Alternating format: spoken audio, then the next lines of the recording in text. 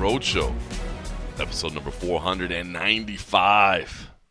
My name is John Morgan, and cold coffee is with me as we start easing up on that 500th episode just around the corner, 495. And also, by the way, I know you tune in to the MMA Roadshow for Las Vegas weather updates. I know that's the real reason. Most people probably turn it off once they get the weather update, you know what I mean?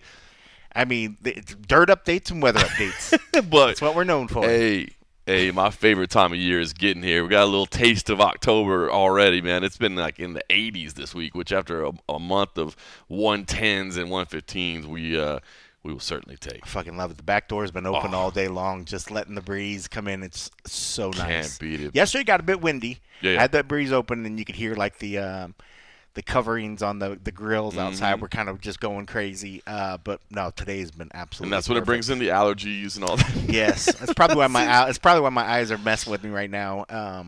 Just because of all the wind blowing all the allergies. As opposed to the smoke, no fires. Man, no fires. That's a good thing. Yeah, as you said, Wednesday evening, we did not have a media day today, a rare off week for the UFC.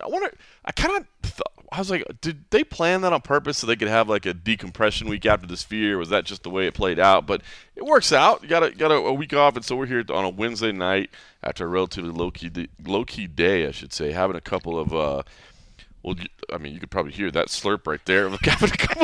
Didn't do a great job of pulling that away from the mic, but yeah, a couple of Victory Sour Monkey Sour Triples, 9.5%. I didn't realize it was 9.5. Which I like that. Yes. That's Taste Victory responsibly, it says. That's part of the tagline there. But this is tastefully tart mystical flavors, fruity notes from imported Belgian yeast swirl through a precise souring. Pucker up to a bite of citrus-laden tang, ending with a delectable experience. Citrus-laden tang. Yeah.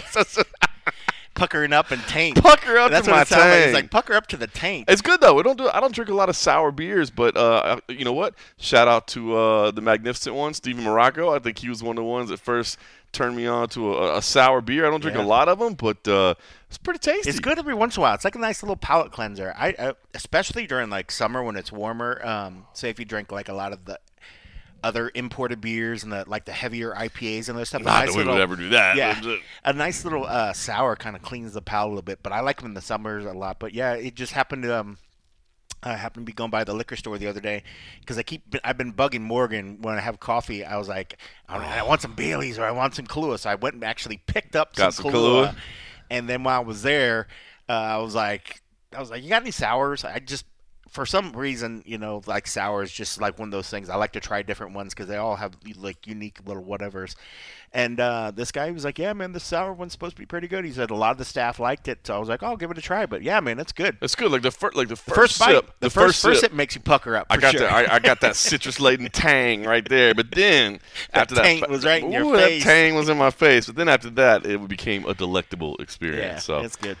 It's probably like if you drink a six-pack, after the third or fourth, you're like, all right, I need to switch it up. But yeah, if you're having just a few of them, it's nice. Yeah, you can't switch up. You can't do sours for like a whole day or something. Like I have to switch them up, like because you'll have the different flavors. Like I don't know if this is what did it say, pineapple or whatever.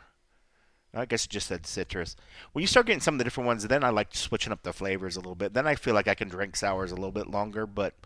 Yeah, sours it's not something you could drink all day because after a while you just feel like you're just fully puckered up. Yeah, 100%. But at 9.5, you can't drink that all day either. Well, maybe not highly recommended, but that's not saying that you can't. Yeah, that's true. Go hard, folks. Go hard. Go hard. All right, listen. Breaking news of the day. Obviously, it's been unfolding this afternoon. Movsar Evloev is needing an opponent in Salt Lake City. Aljamain Sterling is out. That's a bit upsetting. We just saw him. I know. So, was that already injured at that point? Oh, yeah. So he's been working. But he just came out with it today, though. Right. I guess they finally gave him the rule that, hey, man, you're not going to be good to go. It's not going to be done in time. So, it's interesting because it's so close. I know. That's ridiculous. It's funny because I was actually supposed to talk to Ali Abdelaziz this afternoon, which is one of the reasons we were going in the evening, was because I had to get that interview done with Ali Abdelaziz.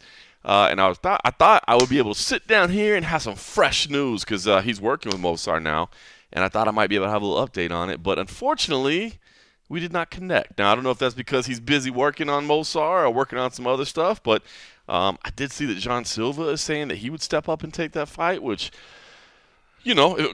credit to Movsar if he takes that fight, right? Because that's somebody that hasn't really earned the opportunity to face that. Those fighting nerds, man, Bro, they're fun. They're a fun bunch to watch, and they jump it up. They jump at anything. That would be a tough fight. That'd be a really tough That'd fight. Be a That's what I'm saying. That's a dangerous opponent to not have any name value whatsoever. But Movsar's saying, hey, I've worked hard. I've been in training camp. I need to get a fight. I did see the Diego Lopez angle where I don't think you can really blame Diego Lopez for what he's saying, right? Like, hold on, why you want to fight me now? I've been trying to fight you for all this time, and you didn't want nothing to do with me. Now you need my services? Like, no, I'm out.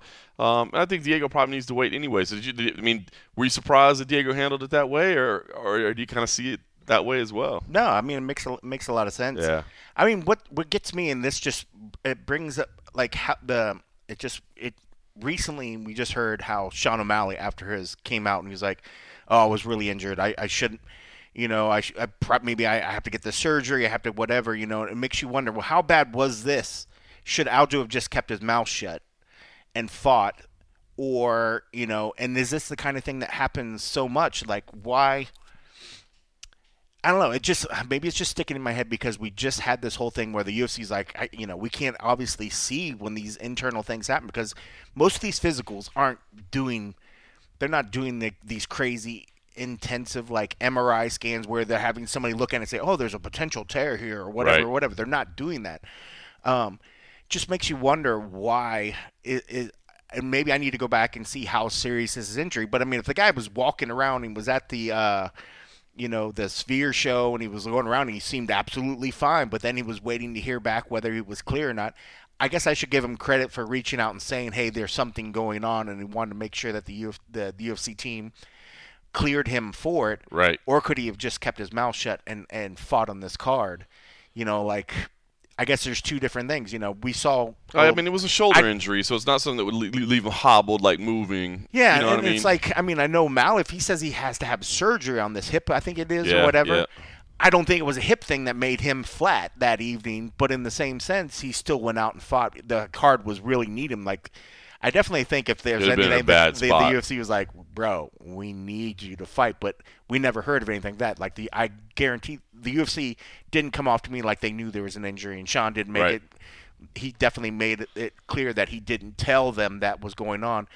So it just makes you wonder. I mean, I don't know. I mean, should we give Aljo credit for saying something? Should we be like, Aljo, is there something else going on that you're like pulling out of this fight? I mean, he said it was on the advice of the PI doctors, and so I see, I see some doubt in your facial expression over there. Yeah, was that the pucker from the Sour Monkey? Was it making that face? That must have been it. Was that the pucker face? That was the citrus-laden tang right there. The citrus-laden you were showing some citrus-laden tang. Yeah. That scene, bro. We've seen these guys fight through so much crazy shit. I felt that just makes it sound like he was looking for a way out of this fight. Ah, that's strong. That's strong to say. But I mean, listen, you got to think too. Like when, he's admitted before that he kind of fought in times that he thought he shouldn't fight. You know what I mean? And it didn't go his way. So yeah, I think you do got to respect him and say he's no longer willing to do that at this point in his career. Why 2 weeks out of an event? If this was really a thing, and you think that there's a potential, just pull out in advance. Why make it this far and then Because you're hoping for the best, right? You're just hoping that for the best. Don't say anything. that the response. I mean, you're hoping that your body will respond, that the recovery will happen, that you're going to be okay. That's just, man. It just I don't know. This is the kind of thing because I would see where the UFC is like, Aljo, I respect what you had to say, but you kind of fucked us. We're 2 weeks out of the event. If you knew there was a potential something going on, you ping that. Give us some more time. 4 months ago, 3 months ago, or something. Something you give us time. At this point, there's a potential we're going to lose a fight from the card. Like, he's not doing him any favors. He was already a guy that people think that the UFC's already kind of pissed off at and hasn't been doing him any favors. This is not going to help that situation. Well, maybe that's his thought process. Is like, well, these dudes don't like me anyway, so what do I care? That's true. You know what I mean? But then make it seem like this was his choice to be sort of like, I'm going to say this right now because I know they're going to. Because in all good, conscience, they're going to say, well, if you're telling us there's something wrong, I gotta fucking say, Right. you can't fight. Right. You know, like if you're telling me this and then this is the kind of thing, and you say the right things, I have to tell you you're not cleared to fight. So it's like, if you tell me this, I just want you to know I'm going to have to tell you that you're not clear to fight. Kind of like if you're in the middle of a weight cut and you see a doctor, like the first thing they're going to do is they're going to tell you to rehydrate. Like, yeah, like, Doc, I just threw up in the back, but I feel But I'm good. good. But I'm ready. I'm good. I'm good to get on the scale. Yeah. I'm a little shaky right now, and I passed out in the back, but I feel fine. good. I feel like fine. I can get on the scale. It's just one of those things. Like, if the UFC cannot see inside your body, if you don't want to fight, there's ways you can get out of a fight. If you want to fight, you can fight. Harsh. Cold coffee is No, harsh, but I'm just saying, like, I like cold Aljo, coffee but this is is a just sour so monkey. 2 weeks out. Like when I just saw him, he was all smiles. He was all smiling, happy. And he was there rooting his boy on, Right. and he was happy. At least look like you're going through some issue right then. Like, give it the old courtesy cough when you're calling into work. Like, hey, boss. I don't think I'm gonna be able to make it in today. Just feeling a little sick. I don't know, man. I don't know. It doesn't. I don't know. It doesn't. I don't know. I hate to think the worst, but it doesn't sit well. I feel like you say these sort of things because you do not want to fight. At this point, you should. If you say it 3 months ago, then you're concerned you're not willing to fight. You know, like, when did he say this injury happened? I don't know if he gave a date for it. He just said it was something that happened in sparring. I don't know if he said. I mean, if it's really, really recent, then I get it. But if this is an ongoing thing that's like, I tweaked it 3 months ago and I was just managing it or whatever. I don't know. I take it back. If this was last week, if he did it last week, if it was last week, then I get it. Right. But even then, just keep your mouth shut and get your paycheck. You know, like, Aljo should be able to beat this guy. You know, but if you're not confident, you're looking for a way out. So. Yeah, it was. Yeah, it happened in sparring. Somebody was trying to crank a Kimura on him, and he injured his arm. He took stem cells. He took time off. I didn't see a date of when he said it happened exactly. If he took stem cells and took time off, this happened a little while ago. Yeah, it's been a little bit. So maybe, I mean, who knows? Maybe if he was getting help from the UFC doctors, maybe they did know. It's damn unfortunate. It's still a good card though, man. 307's still looking pretty good. I mean, that was one of the better fights. That's a fight that's like at the top of the division. That's 100%. Like, like with stakes. But yeah. Unfortunate. His taint puckered. We'll see what happens on this one. All right, listen. You and I haven't had a chance to see each other since the Sphere card unfolded, so I thought maybe we'd kind of talk about that a little bit. I did do a recap on Saturday night with Dennis from Submission Radio. We got a little recap of the action, which was fun to do. But you and I didn't get a chance to talk much about it, and so I guess I wanted to get your experience. You came out for the first fight of the night, and then you came out for the main event? Yes. So you saw the first and the last fight of the night, so you got some experience with all of it. You saw the early part, which was underwhelming, I guess. I mean, look, when you walked in, it was cool, right? Because, obviously you're familiar with the Sphere. You've seen performances in there. I don't know if most people realize, like, when you walk in, like, it looks like there's scaffolding and lighting and all this stuff. Like, that's all fake. Like, none of that's actually real. And it looks cool in 3D and all that. But I do think maybe – I feel like we kind of knew because we had heard about it and they had talked. I feel like maybe the UFC could have done a better job of letting people know, like, hey, the prelims is just kind of the prelims. Like, it's just a fight. You know what I mean? Because I think everybody was like, you could see the hate right away. Like, oh, man, this is incredibly underwhelming. Dana had said that beforehand. I believe if people asked the right questions or were inquisitive, they said that the transitions happened, the 6 movies happened when it was going from the final prelim going into the main card. Right. That was when the shit, like, happened. So if people were, like, expecting all crazy shit, I get it. If somebody was like, well, I expected the screen to at least change a little bit, and it did change a little bit. Minor little changes, but it kept the scaffolding, it kept the whatever. Look, it was like red. At one time it went sort of gold. It went sort of like silverish or whatever, and it got more intense as it went on. But I still found elements in that I thought was very, very intriguing, especially like the lighting that they hung up behind the screen was shining through. And then but it played perfectly with the screen because the intensity would go, and I took some video where you could actually see the light rays shooting through it, and then it was going in and out. So like if somebody was just looking at it and thought like, okay, it's a stagnant, just like cage, like whatever rigging behind it, even though we know it's an image, it wasn't stagnant. Like there was little parts that you could see. Was it as intenser or intricate as other stuff I've seen there, and as it got later in the evening, it wasn't. It was kind of whatever, but I guess I wasn't surprised to see the people that immediately were shitting on it, like the first fight in. Like they gave it no chance for it, and they're like, I can't believe this is what it was all about. And I was like, is the first fight even over? I was like, what is going on? I was like, you didn't even give it a fucking chance. It's like going to a concert and be like, I can't believe they didn't play the encore right from the get-go. Like, oh my God, worst performance ever, you know? It got better and better. I mean, some of the ones later on were just intense. It was incredible. But no, I mean, I found stuff to like, even from the get-go. But that being said, being in the room was very, very, very, very different than what I was seeing on the screen in the background.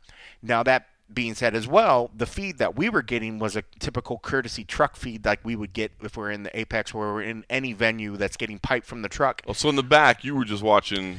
We were not getting what I think was the overall house feed or the broadcast feed that this director was supposed to show all the back thing. Got it. I believe that was a separate feed. Interesting. And so that wasn't what we were getting.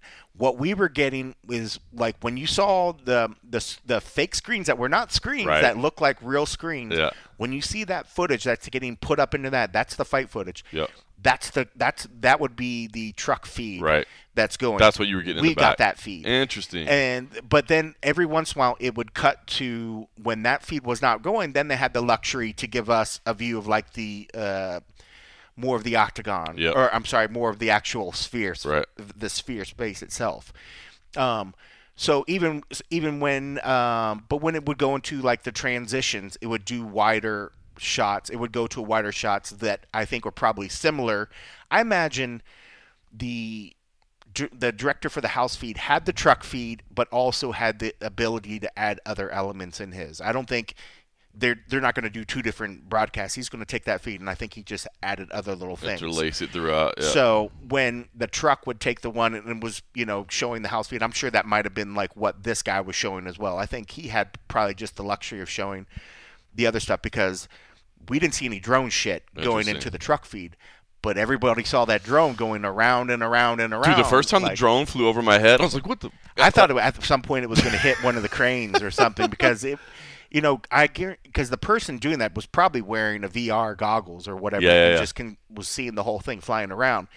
And you don't really have the peripheral view of how close you're getting these cranes. So obviously the guy was probably pretty good. Probably the same person that did like the fish shows and some of the other ones. Yeah. It's funny. As soon as I saw the drone, I was like, I told you, Dana, that you were going to use drones, and you said you weren't using drones. I guarantee he just didn't know that they were using drones. But I think that was probably what was being able to potentially either getting, if it wasn't going to the outside, it was being backed up for the documentary. It was being backed up for just other little cuts and shots that they could do. But we never saw any moving drone shots on the truck feed that we got put to the back. So the drone shots were interesting because they looked cool. There's but there was. So I went back on Sunday and watched the whole pay-per-view. Like I didn't watch the prelims, but I went and watched the whole pay-per-view just to see what it looked like. Like what were people seeing at home? And I did realize afterwards, like, I thought they did a pretty good job of conveying what was happening in there. Yeah. But it's just absolutely impossible to truly convey the feeling what was in there. Like, and so I think that's kind of what I realized is that, like, I think anybody that was in there, and I know you were only in there for 2 fights. I was in there for the whole thing. And, anybody that was a paying customer that was in there, I'm pretty sure anybody that was inside the sphere walked away on Saturday night going, damn, that was cool as hell. Yep. But I feel like if you watched it on TV, maybe you got a little bit of it, but not enough to be like, oh, yeah, that was amazing. Yeah. And even then, like, if you're there in the room, you got the full exposure to the sphere. But say if you're trying to watch the action in the octagon, it's not going to look as good as when you're watching the fight on the TVs. Oh, 100%. You know, I will say that even though, so we were seated at I mean, obviously you saw what you we were guys were all sitting. fucking blocking our views for like the octagon. Like our row sucked for the octagon. Is that right? So I had to like watch the screen. Well, I was going to tell you, but even where I was sitting in my row, which is not where we normally sit on fight night, it's a little bit further away off the side of it. But honestly, because the screen resolution is so high and so bright, I was watching the screen too. Yeah. Even where I was sitting. It was a clear picture, and it's more like what you're used to seeing. Yeah. But since we were all in the media box, we're all on the same level. So we were 3 rows. I was 2 rows behind you, so I had to look between the guy that was leaning to the left to look between you and Kevin. So it was like, oh, okay, this isn't working. So I would see little bits, and I was like, well, I'm just going to look on the screens. And what was awesome is because at some points they either did the 2 ones, and then sometimes they did the 3. Did you look backwards and see the 2 screens that they put at the very top for the people that were facing backwards? I was like, that was so cool. So if people didn't understand what we're saying, so there were the people that were sitting behind the octagon with the back of the sphere to their back. Which seemed bizarre that they even put seats there to begin with. Because those were expensive. So, like, they either knew somebody, like maybe nobody paid those things, and that was just people that knew somebody or somebody's corporate job paid for it or something. But those people didn't have the view of the fight windows that we would see on the screen or the giant screens. So if you looked at the very, very top at the back of the sphere where there was never any reason to look back there unless you're just looking at the sphere and you're like, I want to follow the sky all the way to the back. They had what looked like TV screens on both sides of the back of the wall so that if you were facing away from it, you would see all those people in front of you, but then you would see the fights up above. And I was like, that is so smart. They thought about, wow, we're going to have people facing backwards. They're not going to have the view of this fight. Let's make sure that we pipe it up there. And it was just amazing. So, like, as much as, like, when you're looking at the broadcast, there's something about sitting in that room, and since it's larger than your field of vision. Your field of vision, you have to pan your head around. So you're literally turning, and I was looking up to the sky and seeing like the Noche UFC way up in the top, and then spinning around and seeing the side of the city, and then pinning around to the other side and see the other side of the city. And you just don't get that when you're watching the broadcast. But when you're there, going back to that's what gives that feeling of virtual reality because it's bigger than your field of vision. The sound is overwhelming. The resolution is so high. The screen feels 3D, like we talked about before. Like it feels 3-dimensional. So it really does feel like virtual reality. Like if you're looking at that, it transports you to wherever that is. Yeah, because when you look at the city from just the final fight when you had Merab and Sean up in the sky. That did not look flat. That did not look like, oh, look at these flat 2D images. It literally looked like they were holograms over a city, and then you look further in the city and you see the train that kept running all through. Just the little details like that in the scenes, like the Aztec pyramids, like the flags waving, and like these like birds flying overhead and stuff, like all. It was fantastic. I was actually talking. If you saw the U2 show, in the beginning, there's like a bird that flies around before the show starts. They had there are a couple different birds.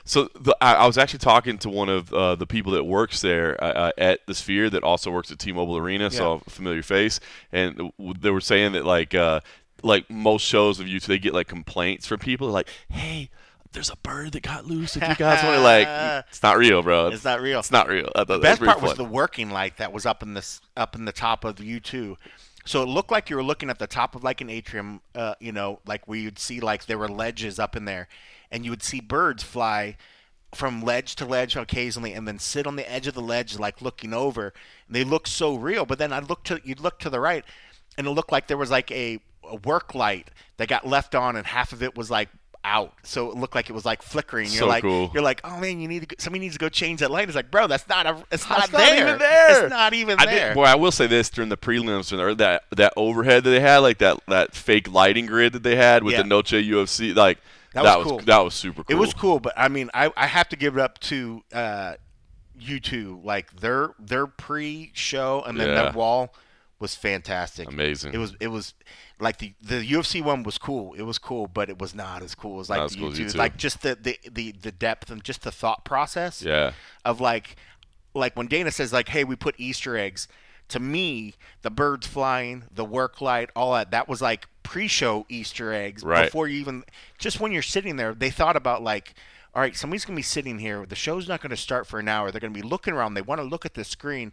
Let's give them something to look at, you know. So speaking of Easter eggs, my wife and kid did find all the Easter eggs. That's right. cool. That it's funny because my son was like, he's like, I'm gonna find all. He saw the video from Dana and he's like, I'm gonna find all of them. I'm like, no, you're not. But I was like, okay, you know what I mean? Obviously, you want to be encouraging of your child. You know what I mean? Like, yeah, go for it. You know what I mean? But I was like, dude, there's going to be no way. Like, this is going to be so hard. It's so intricate. Just write them down? You had to take photos of it. So all right. So the first one was an Aztec pyramid, right? So the first setting is like the Aztec pyramids. And during the third round, and this is so right about Craig Borsari last night. So I guess they said 28 people found the Easter eggs. My wife and kid were one of them. But Craig said last night, I think the fact that everything went to a decision, like, probably helped. And he's 100% right, because two of them, the first two were the hardest one. And my wife and kid found them both in the third round of those fights. So had they not gotten that far. But the first one, on the Aztec pyramid, there were these symbols, just like little lines and circles that would keep switching every second. And my son found them, and he shot a text, and he was like, in a little group, family group chat that we have, he's like, I think this is it right here. And I was like, where is that? And then he's way over on the right. So I looked over at him like, oh, that's definitely it. And then my wife obviously grew up in Mexico. She's like, oh, those are Aztec numbers. Like so it was actually like a clock of, it was like Aztec numbers that were changing or whatever. So that was the first one. The second one was savage, dude. Like, it was in the Day of the Dead, the Dia de los Muertos setting. And there was a window that had 5 candles in it, and the candles were each 1 minute.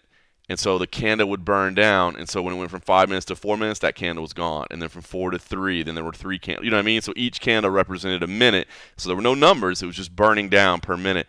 And my wife saw that one because she happened to be looking around at the end of round 2. When it goes from 0 to 5, there's a blank space that goes to 5 candles. And she's like, I think I found it. And then we watched them count down. Like, yeah, that's awesome. It. The third one was, what was the third one? The third one was, I wrote them down somewhere. The third one was up in the, the third one was easy. The third one was, it was like a Spanish mission type thing, and there was literally a clock right in the middle of the thing. Like, and that clock counted down. So that was easy. The fourth one was when they were in the, when they had the stone statues and everything like that. That one was tough too. It was up in the ceiling. There was a design in the ceiling that looked like an Aztec numbers system, basically, and there was like a little loop in it that was counting down. Oh wow! So that was that. And then the fifth one was actually pretty easy. It was there was on the top row of one of the buildings there were some numbers. Yeah, we saw that one. You can see that one was actually pretty easy. It was like it was like binary codes, zeros and ones, whatever. So anyway, so they found them. My kid was super excited because he's like, I want to win this money so bad. And from the beginning, I was like, even if we're the only ones that find it, there's no way they're giving us the money. Like, they're not going to give that money to John Morgan. Like, this is not, like... Especially when you heard Dana last night when he was like, he's like, if you know anybody that knows anybody that has related to this and you knows it, he's like, you're not getting That was a direct message to the Morgan family. Yeah. He was like, they have not made an official announcement yet, but they're like, if you've ever talked to somebody at the UFC, like, you're not getting the money. And I'm like... I have talked to somebody at the UFC once or twice. So it was so rough to like try to explain to my kid. I'm like, listen, man, I am proud of you. Like, it's amazing that you guys found these, but it's like a conflict of interest. Like, I knew I was never going to be like eligible. So, but that's they still found cool. It. But it was still cool, and it was cool. And they gave him something fun to look for. Exactly. You know, while it was going on. That's why I kind of encouraged it. You know what I mean? Because look, he's 12. It's still a long night. You know what I mean? Like the full night of fights is still a long night for him. So if it's something that'll keep him engaged and entertained, like in between fights and looking for stuff. But it was cool. I'll tell you this, man. My wife, as a born and raised, a woman that was born and raised in Mexico, she said, like, man, the first movies, like had her like emotional and like proud. You know what I mean? And I did think that was cool. He dropped that. Dana dropped that line in the interview the night before, where it's like, the flag is the only flag that has a battle on the flag. You know what I mean? Between the snake and the. I was like, that is dope. I was like, that's super cool. But she said she felt proud. And my kid, who at times could care less about the fact that he's half Mexican, right? Like, it doesn't mean anything to him. He was actually like pretty proud as well. So that's cool. So it was cool. It was cool. It was cool. That was so. There's your whole Easter egg. Since you brought the Easter egg, I thought I know some people had asked me like, what were they? I want to know what they were. Yeah. So that's what they all were. It was cool. It was cool. It was great performance, man. Like, and I know we talked about the screen, and I brought it up to Dana last night. I don't think she gets enough credit, but Marina Tobina, who did the costumes. Oh man, they were so effing incredible. The costumes are great, and that was another thing. In the prelims, they were so real. Well, that was another one too, because in the prelims, they were just wearing like kind of like colorful, and I'm like, this isn't that great of like Yeah. they need like, oh my gosh, the They costume. transition like everything Oh else. man, yeah, the main card It was so good. The makeup was top notch. Like the everything about it. I was so floored. The theater geek inside me was like, holy cow. But I loved it because when I was watching the ring car girls at the Top Golf like the day before, I was like, oh man, it's just like they're all young. They were just like having fun. Like you thought they would just like do like what we always see. They go out there and they want to blow kisses and they do whatever. But they literally transform themselves into these characters and they stayed in character. Like the Day of the Dead ones and the statues one, like they didn't even smile. They were just like, you know what I mean? It was like stone and I was face. so happy that they stayed in character. It was like if they're doing honored, that and kissing and stuff, it doesn't make sense. They honored the characters that they were put into it, and it just made it even better. It just carried it over, and I was floored by it. And when Dane was talking about taking this thing on the road, I was like, dude, are you going to try to match that? Because, like, it was you can't. Like, you can't have a 7-time Emmy Award winning or whatever, how many times she's won different awards or whatever. But she's literally, I followed her on Instagram. I was so floored by what she was doing. I was followed her on Instagram? Really? Yeah, I followed her. I sent her a message. I was like, dude, your shit, you blew me away like last night. And I was like, it was so fantastic. She actually said, thank you for the comment, Ken. I was like, oh, she replied. That's cool. So I thought it was very, very cool. But yeah, she was. I was so blown away by the costume. So the screen was fantastic. The ring car girls carried it over, and I got to give the ring car girls because they stayed in character. Thank goodness. There was one time at the very beginning I saw one. I was like, please don't. I was like, you got like literally the equivalent of thousands of dollars of like makeup and like handcrafted shit on you. Don't fucking ruin it with a selfie kiss. Don't wave to your parents out there in the crowd or whatever. Like just stay in character. And that was what was cool because, you know, even when we saw the director and then when we did the art panel, the creative panel, it was definitely a combination of fine art and sport. Mm-hmm. And by them staying in character and by that representation of what it was, we actually saw that. And I thought that was so unique. And I mean, it was just one of those neat things that it was literally, you know, as much as Dana said the cost and everything, it was a one-off. Like, it pulled off perfectly. The broadcast, while there might have been some issues, we saw the panel that went out up on the ceiling. Yeah, there was a panel that went out. That Technical happens. difficulties happened, but in terms of the pulling off the performance and having it come together and, you know, beat the expectations, we heard that things were going to look great, and I thought they did a wonderful job. But again, you know, watching on TV and being in the room, two different things. There were, you know, and I went back. Obviously, production has become a much bigger part of my life in recent times, and so like I looked at things like there were some shadows and stuff, but I mean, what they did with lighting, you know what I mean, that was insanely complicated. And if you watch that versus a normal broadcast, there were some shadows and stuff that you never see in a normal UFC broadcast. So when you looked at the octagon, or like in the screen, in the cage, that's the difference. When you look on the broadcast, you didn't see it. Right. So they lit it so that the broadcast, well, granted, they lit it to make sure that it looked the same on the TV. Right. When you looked on the TV, you didn't see the shadows. See it, yeah. But in the room, of course. You could see a little bit of shadows. You could see the shadows and stuff, but that's going to happen. It's going to happen, especially with what they were trying to do. Yeah. There were, like, some of the drone shots, if you go back and watch the full broadcast, like, some of the drone shots I thought were a little hectic, and some of them had, like, the lighting temperature was a little bit different. Like, they weren't quite all. But and somebody was saying it was shaky. I didn't see it because they said that I was early out on. there. They said early on that it was a lot of shaking. I was like, oh shit, this is not good. People were saying like, oh, all the cameras seem to be shaky, and I was like, I didn't see it because I was out there as well. I didn't see that either. But I thought they did. I mean, these are like such minor little things that I think they deserve credit. And the other thing I noticed too is that the challenge of what they had to do, because you have essentially a show. Like a concert, you know, you have you know what order things are coming in. You know, you've got your marks and you hit this and that. But what would happen is, you know, something would happen and then you get like Rogan and DC like reacting to it. Well, that's your talent. That's your live on-air talent. You may have a cue where you're supposed to go to this, but you want to stay with them to let them get their word. You know what I mean? So it's like you're running two simultaneous shows and trying to switch back and forth to Miriam. So that's not easy, man. So I thought overall, man, they did a damn fine job. And the audio sounded good in there. You know, like the walkout sounded good. Like even I mean, granted, I was only out there for the first and the last one, but it's funny because I hit up Heidi. I was like, dude, what was Raul Rose's like walkout song, because it was hitting hard. Like maybe it's because I was getting caught up in the moment, but it was all Mexican sounding. It was just like it had a good beat. I was like, I don't even know what this is, but like it sounded good. So you could definitely tell this is a venue that can put on wonderful concerts, and that concerts are using like the audio was legit. I mean, when you go to sometimes, you know, great. You can't say the Apex, but when you see like the T-Mobile, sometimes the only thing you hear really loud, you hear the music, but it's not the same. But there was something. Oh, the clarity It was amazing. It sounded so good. Like it's like the room had acoustics, like it was built partially for the acoustics as well. It sounded so good.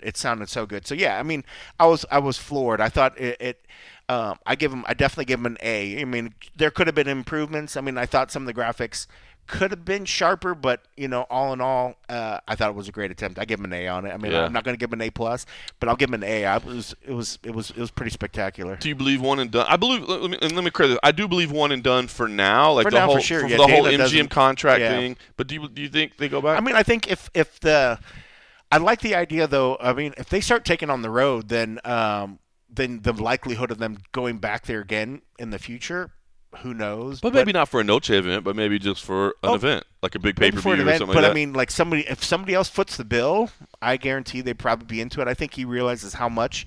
But again, like what was neat about that was having that rich history and being able to tell a story to make it sort of give you something to watch. Because when you go watch a fight, there's not like a narrative. There's not like an arch. There's not like a timeline that they're trying to work through. With this show, there was a timeline they were following, from the beginning to the future, and you watched a passage of time that was able to portray so people went along for a journey.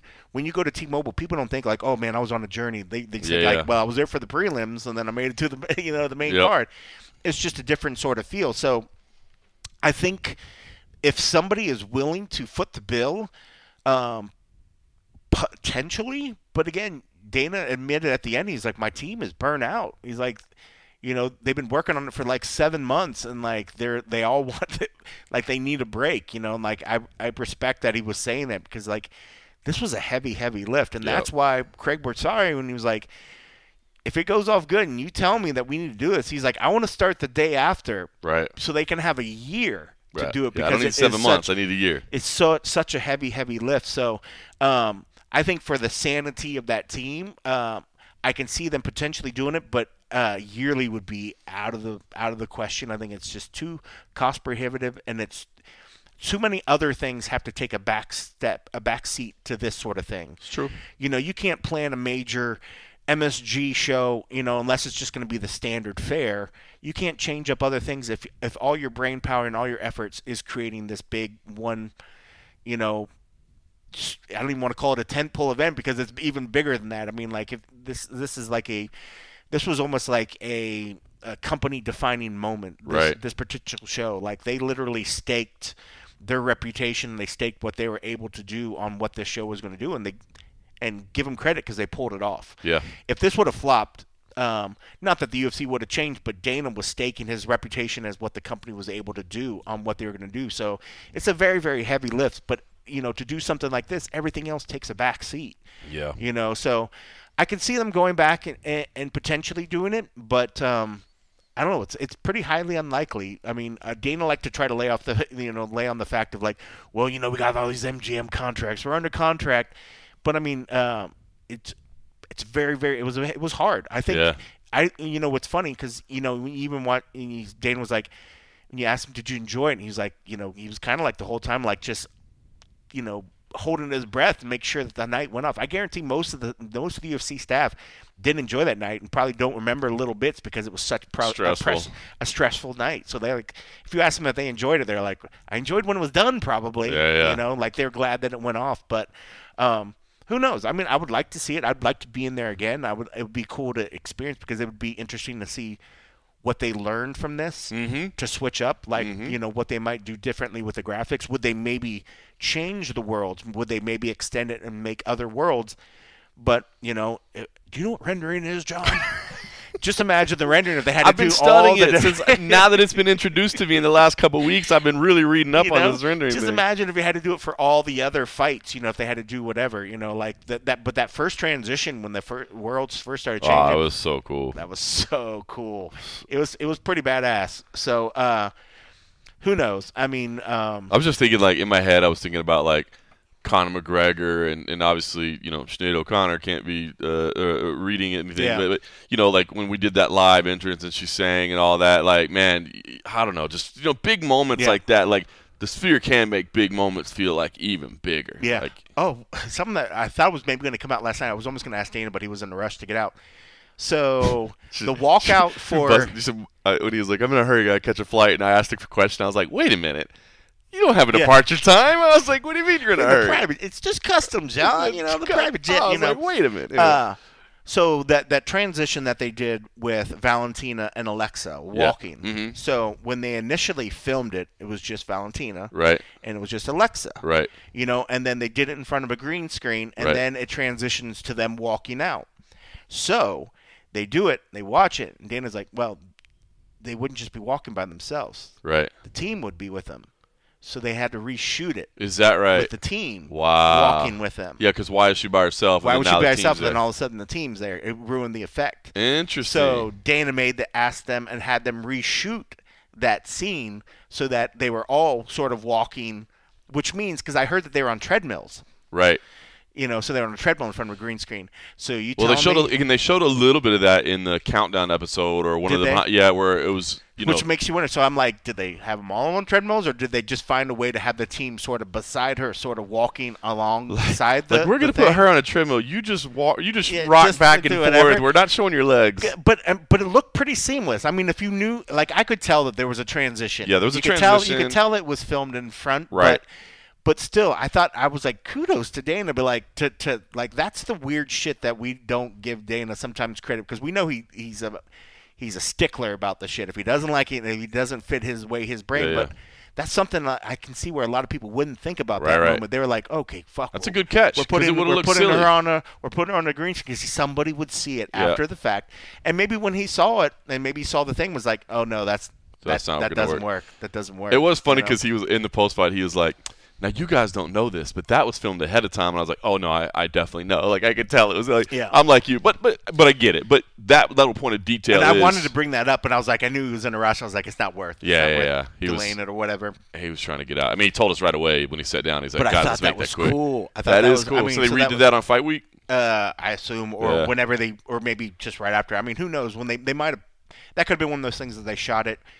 They put it in the show, and then they maybe VR'd it, or maybe they watched it in one thing, and they're like, "That's not going to work." That doesn't make sense. But if I don't know how far in advance they shot that sort of thing, because since it's a green screen, I mean, they could have been anywhere. It's not like they had to do it inside the Sphere where they had limited access to get in there or whatever. So. Who knows? But I thought that's cool. That's cool. Detail. It's a cool little tidbit. I was like, little neat. Cold coffee, like behind the scenes reporter, man, getting these little nuggets of information, just little tidbits, these little seeds. Just little seeds. I love it, man. Well, listen, I thought it was a good show. Listen, it was a good show. I had been looking forward to it for a long time, and I wasn't. I kind of knew what I thought the show would look like, but it looked even better than I thought it would look.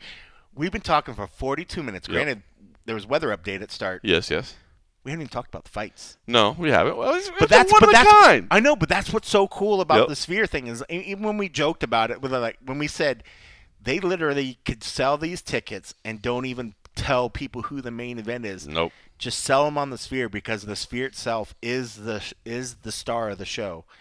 Because, well, not the star, but it is a major element of the show. It's a different way of watching a fight. It's so 100%. Immersive. It's so amazing. And it was a weird, I will say, I had the weirdest feeling at the end of it, because obviously the title fights didn't really deliver heavy on entertainment.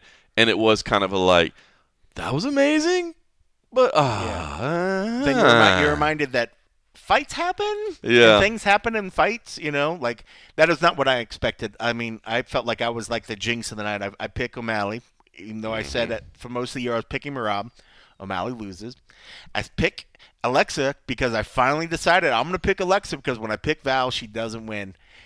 And then Val wins. I was like, I am literally a jinx for both these two. Where do you stand now? Did you give away your lead, or? No, because they picked the same as me. I still got two. Got it. So you still got two. I think I still got two on Farah. Mike might have made up some ground, but I think I got him on one of the fights. So I'd have to look to see when we get to the next week when the next picks come out. But yeah, I mean, that's the fight part of the game. I mean, as much as bells and whistles, and you get ready for these title fights, there's just the potential that somebody has an off night. And I just have to – it just felt like Alexa had an off night, just that Valentina didn't – just was just so controlling. As much as I was saying, like, man, Alexa's hands look great. Her striking looked great. I never saw it that night. No. You never saw it. And Alexa, she looked to be in great shape. You know what I mean? Like the weigh-ins, she was ripped, and she seemed to be in good spirits the whole week. And then just went out and had like, I mean, you could see that going into the 5th round, like she just the frustration on her face, like I just don't have it tonight. Even before that, it was, and it's just weird. And Sean looked like he was just out of it right from round 1. Mm-hmm. Like there was like a lack of emotion in his corner, and I was like, waiting to hear his team tell him something, to switch it on or something. And it's just like, it's like they knew that Merab had the potential of doing that, and when it came down to do it, they had no answer for it. They had no answer for it. I've seen, because everybody's, and Dana said it post-fight that Sean looked flat, and I've heard a lot of people come back and say, well, that's not fair. He looked flat because Merab was so good that it made him look flat. Yep. And I agree with that to a point, but I do think he looked flat. You know what I mean? Like, I just think even in the moments that he was on the feet and had those chances, like, the volume wasn't there, the aggression wasn't there. Merab pushed the pace. Merab came to him, whereas, like, if you're standing, he wants to get you down, use as much of that moment while you're on your feet, and we didn't see it. Exactly. I never saw him you didn't see him firing off first. It was like he was waiting to counterpunch. And it was just like, bro, he's just going to punch at you and then just to try to engage you and getting close. And then once he gets inside, he's going to try to take you down. I'm like, I didn't get it, But it's hard to not praise Merab for doing Merab. He's good, I man. mean, it was just fantastic. And I was like, fuck, Kenny. He's good. Why did you change your mind? Him and Umar's going to be a hell of a fight. Yeah. I like that fight a lot. I'll stick with I'll go back to Merab on that one. Wow. I think so. Yeah. That'll be a good one. I hope that. It looks like that's going to be the next fight that happens. What's that? Umanar? Yeah, what was that, dude? Like, is that just like, I mean, is that like I'm going to pretend I don't know? Like, it's 4 letters, bro. I know you're adding letters into it, dude. Like, I get it. Hamzat Chimaev, and you want to say you don't know how to pronounce it, but it's Umar. You're adding letters. It's not Umanar. That was so great. It's a subtle detail there. That was, I don't know if that was Sean O'Malley trash talk or like what it was. It was just awkward. Umanar. Like, Umanar, Megan Vidar or something. Too funny, man. Boy, that the last thing, I guess, I mean, obviously if there's anything else you want to talk about, the card. I guess you could mention Raul Rosas Jr. I will say the crowd with the Chiwi-Wees, they were loving it. That was funny. That was fun. He had a lot more Chiwi-Wees going on than I mean, it was so much that he thought it was worth $50,000. Definitely not. Definitely not. He was like, Dana, give me $50,000. I was like, for what? And then we asked him in the back. He's like, do you see all the people that were cheering for me? I was like, I don't think that's what you get them off of. No, but they were. There were some Chiwi-Wees. I was surprised how many Chiwi-Wees there were. Yeah. The other thing, that Aldana cut, man, I can't believe they didn't stop that fight. That thing was gross. Was nasty. They let her fight. He could have easily stopped that. I mean, it was to the point I was like, that blood is literally blocking her vision, and you're That's choosing the thing. She kept wiping at it. She kept wiping at it. You're choosing not to stop this fight at this point, I mean, I give him credit for letting her show that because she wanted to stay in the fight, obviously, but that could easily been stopped. But man, the doctor footage after the fact, I was like, that was gross. I love her. Probably one of the grossest ones I've ever seen. One of the grossest ones. I love her little video that she put of put makeup on it. Fucking funny as shit. Hilarious, dude. I was like, well done. Great. That was probably one of the coolest, best ways funny. To deal with that situation. I saw she's gonna have some scars on that one. I saw that's gonna leave a mark. I saw Rob Monroe, who was the cut man that she had. I saw he was at Contender Series. I'm like, dude, is there a point where like you just wave it off yourself? You know what I mean? You're like, where's my spackle? You get the spade, and you're just taking out big chunks of cock and just throwing it in there. It was so crazy because like he had his hand on it, like trying to stop, and then as soon as he pulled the hand away, like blood just comes pouring out. Like, bro, it was fucking gross. It was gross. That was gross. And then the doctor to show, I was like, bro, stop showing it off and like suture that shit up. He's like, look inside, see her brain. So it was my god, you can literally see what she thought on that fight. That's a great comment. Oh, that's great. How was that fight? Oh, yeah. I see what you said. I see what you thought there. The internet is undefeated. That's a solid one. That's a Yeah. solid one. All right, so rare weekend off of major MMA events. Obviously, not completely off. Calm because before the storm. Calm before the coming storm. Well, that's what I was going to point out. It is the calm before the storm. I am actually working this weekend. So I will say to everybody, if you're around on Saturday and you're looking for some mixed martial arts action, we do have CFFC 135 from the Florida State Fairgrounds in Tampa. So if you happen to be out in Florida, come out and check it out. Come say hello. If not, then at least tune into UFC Fight Pass at 8 p.m. Eastern for the main card.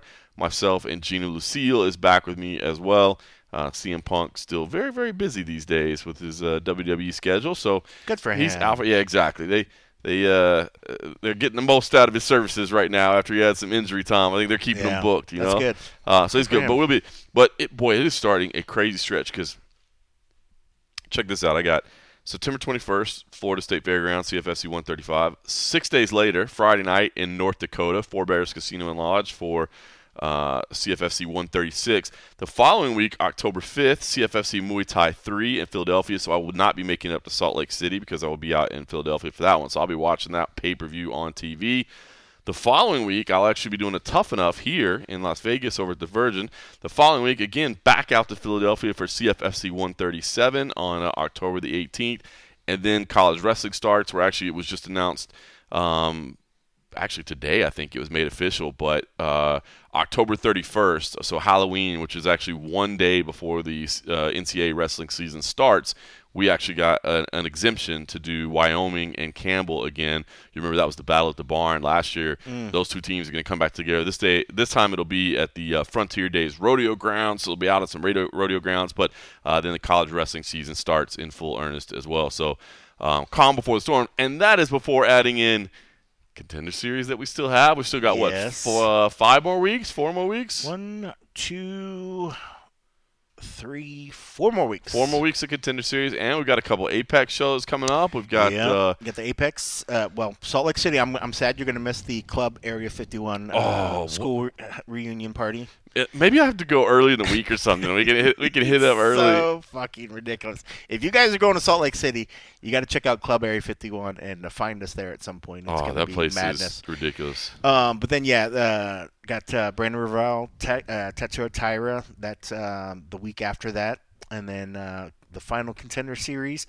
Is that the one that is it the Final Contender Series? Is the guy that beat Pahea? Oh, I think he's on the last one. Yeah. One. And then we have the Hernandez. Who's on that one? Why is that? Why am I? It's Pahea versus Hernandez. Who's that one? What Pahea would that be? There's too many Paheas in the UFC. I don't even know where the schedules are anymore. I know. This is literally. But yeah, we're gonna get ready to start a 3-week run when we get back with that of just contenders event.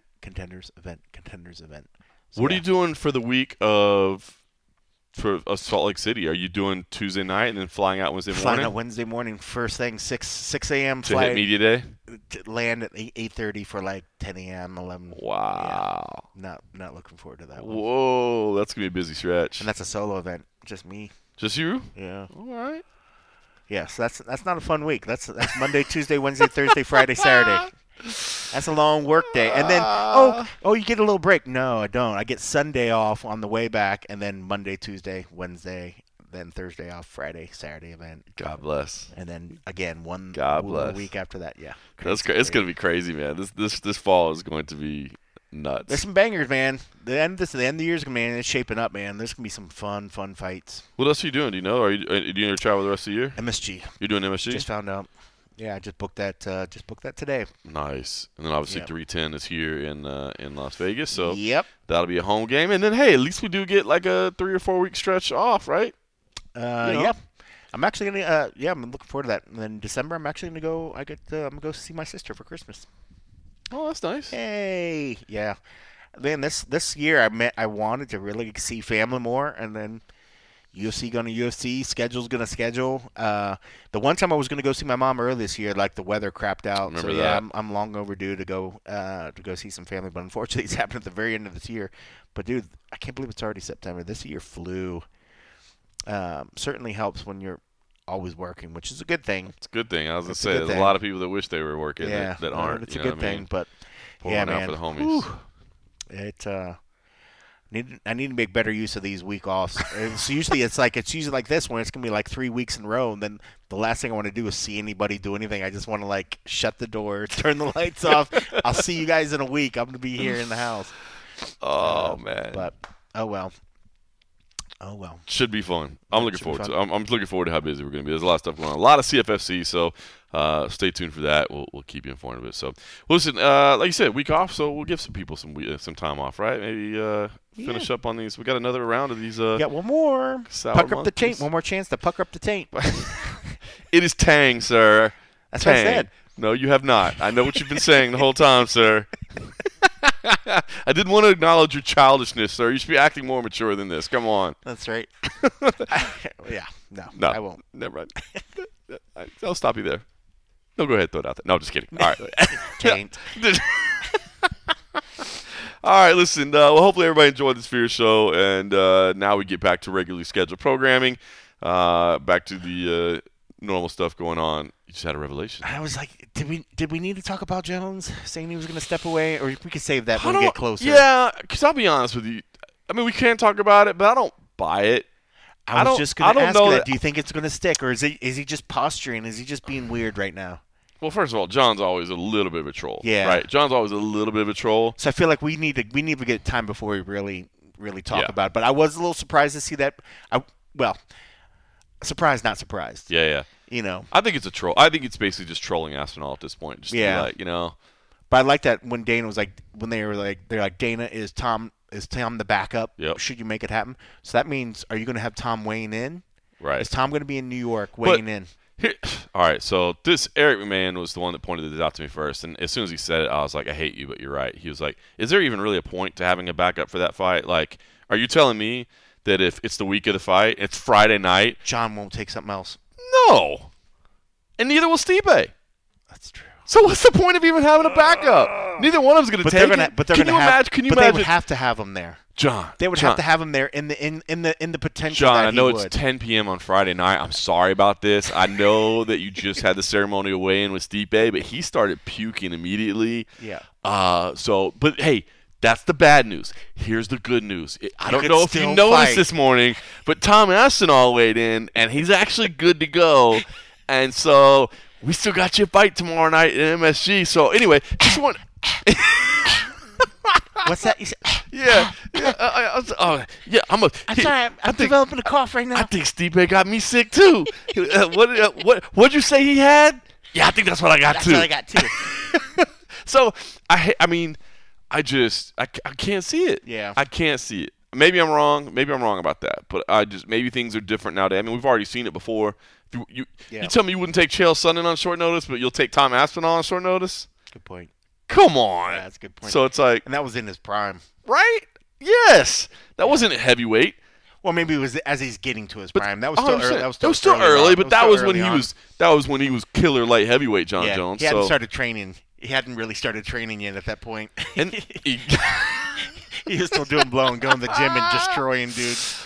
Oh, the word. It's so crazy, man. He's so damn good. But yeah, no, it's so I don't know. I think if he wins, should he win, I think it's not 100% certain that he retires, but I think he's going to keep saying that all the way up to it. Yeah. But as far as the backup thing, like, I don't think it matters. I don't think he's taking anything on short notice. True. But I think they'd have to have him there. They have to have him there just in case. For the one, because then say they don't have him there. Say they don't have Tom there and something happens. Right. Well, I would have fought him if he was here. Oh, 100%. I would have fought him if he was here. 100%. Yeah, you're right. Where's he at? You got to force the hand, right? Where's he at? You got to force the hand and be like, hey, we had a fight ready to go for you. He turned it down. Yep. Oh, my God. Can you imagine the conversations if that happens? Hey, buddy, is he still pound for pound number one right now? He just turned down and fight, cost your main event in Madison Square Garden. What do you think now, buddy? Yep. Still, hey, I know he just turned down a fight, but if he walked into a room. If he walked into the room, who's walking out, buddy? Who's walking out? Oh man! And look, I'm not taking a shot at Jon Jones. Like I'm a Jon Jones fan. I'm not taking a shot at him. Like That's 100% within his right to be like, I'm not fighting the interim 100%. champ on 1 day's notice. Yeah, I want to prepare. I Yep. want to have a camp for him. I didn't game plan for him. I haven't watched anything. Yep. You know how meticulous he is about watching film. He's like, and I've been studying. game planning for Stipe for 2 years. Yeah. I need 2 years. So I'll see you in 2 years, Tom Aspinall. I'm not doing it in 2 hours. Yeah. So anyway, yeah, we got time. That's good. It just popped in my head. I was like, fuck, should we say something about it? I think I'm still trying to figure out that schedule. I'm not going to be there the full week, but I think I can be there on fight night and maybe media day. We'll see. I think I might have something on Thursday that week. We're still trying to nail down the schedule. On Thursday or Friday. I'm sure I'll probably have a couch you can crash on. That's not bad. Different set of hotels this year. Yeah, because that might be because then not have to pay Manhattan prices for a night. How bad was your hotel? 260 something. That's I not got bad. a deal. That's not bad. 260 a night. Because the place I got it's in a different part. It's I don't want to say where it's at. Right. But it's further from Madison Square Garden, so it's about $100 less. In fact, I told Mike where I was staying, and he was like, "Oh shit." He's like, "I was somewhere closer to where we used to be." Right. And he said you saved $100 a night going over there. So That's still serious. 260 is not cheap. But that's cheap. Like, That's cheap for Manhattan. It's cheap for New York. It's cheap for Manhattan. Like a lot of the other hotels around there, and it's one of the Hilton brands. Were like 360 and up. There was one that was like the range was like 360 to 700. And so I was like, no. Yeah, and I mean, yeah, it's just everything up there. I mean, it's a cool city to visit, but it is not a cheap city to visit. It's so expensive by any man. means. But yeah, so I will have a room. But yeah, more than like if you need a. All right, we'll get that worked out. We're trying to get everything finalized on that. So as soon as I know, I'll let you know. All right. I said we're going to duck out early, but you brought up a good point. But there'll still be plenty to talk about for that. I'm looking forward to that event, even though, like most, I sure wish it was Jon Jones and Tom Aspinall. That may still happen. We shall find out. But yep. I hope everybody enjoys the off week here, the decompression week, the settle up week, the calm before the storm week. Yes, take time to pucker up your taint. We're going to finish Q4 strong. Appreciate everybody who supports us over at patreon.com/the MMA Roadshow. No and a half episode this weekend, but we'll get back to it next week. In the meantime, everybody enjoy your weekend off. Enjoy the cool weather coming in, football underway, all that good stuff. And thanks for listening.